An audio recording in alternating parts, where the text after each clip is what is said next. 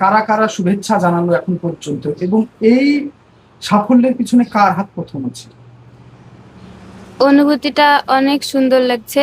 এখনো পর্যন্ত সমস্ত স্যার, ম্যাম এবং বন্ধু-বান্ধবীরা শুভেচ্ছা জানিয়েছে। পরিবারের লোকের অবদান তো সবথেকে বেশি। সবথেকে বেশি অবদান উল্লেখ করতে গেলে আম্মুর। হুম? আম্মু। আচ্ছা, আম্মুর।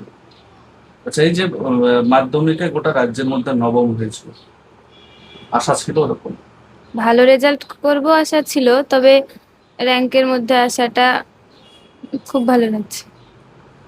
আচ্ছা, পড়াশোনার কাজে কতটা সময় ব্যয় করতে? স্কুল, টিউশন পড়তাম। বাকি সময় সেলফ স্টাডি করতাম।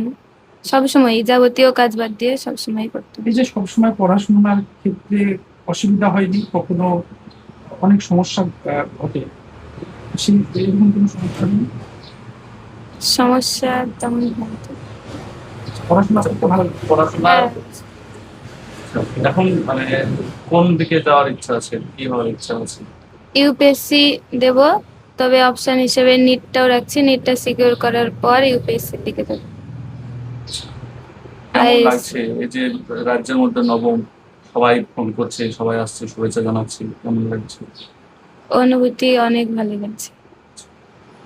যে সব 7, 8, 9 এর ছাত্রছাত্রীরা রয়েছে তাদের উদ্দেশ্যে কি বলবে? তাদের উদ্দেশ্যে মূল লক্ষ্য হিসেবে একটা টার্গেট ফিক্স করতে হবে। লক্ষ্য স্থির থাকলে তবেই সেদিকে পৌঁছানো যাবে। আর পড়াশোনা বলতে গেলে পড়াশোনাটাকেই মূল লক্ষ্য হিসেবে রাখতে হবে। আর টেক্সট বইগুলো খুঁটিয়ে পড়তে হবে, সহায়িকাকে পাশাপাশি রাখতে হবে, তাহলেই হবে। কি নাম? শাহরিন সুলতানা।